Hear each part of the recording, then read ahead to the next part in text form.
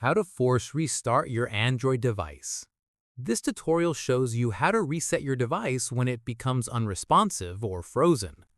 First, press and hold the power button and volume down button at the same time. After that, keep holding both buttons for a few seconds until the screen turns off. From there, continue holding until you see the device logo appear on the screen. At this point, release both buttons once the logo shows up and your device begins restarting. In the next step, wait for your device to fully boot back up to the home screen. Following this, if your device was frozen, it should now be working normally again. Once done, you can unlock your device and continue using it as usual. From here, remember that a force reset does not delete any of your data. It simply refreshes your system. At this stage, use this method only when your device is completely unresponsive or not reacting to touch.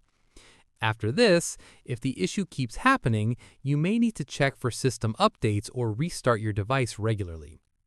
Finally, your device should now be back to normal and running smoothly. And that's it.